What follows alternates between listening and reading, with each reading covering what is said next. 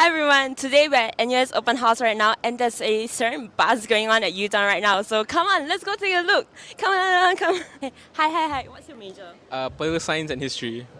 What's your major? Just political science. Do you remember your own open house experience? Yeah, I do. It was last year. I think I was still fresh out of NS, and then I was a bit confused about school as well. So it was quite a good experience when I was walking around, looking at all the seniors, and they were quite nice to me, yeah. That's so sweet. What are some of your best experiences in uni right now? I think mine was Political Science Camp 2023. I was an OGL and I think I really had a good time. I was helping, help people have fun while having fun myself. So if you guys want to have fun, join Political Science Camp 2024. Join Political Science Camp 2024. Hi, what's your major? Psychology.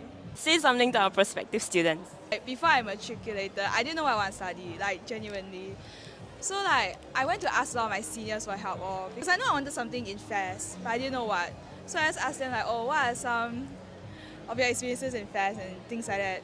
And then it just settled on psychology, which is quite good. Yeah, didn't regret it.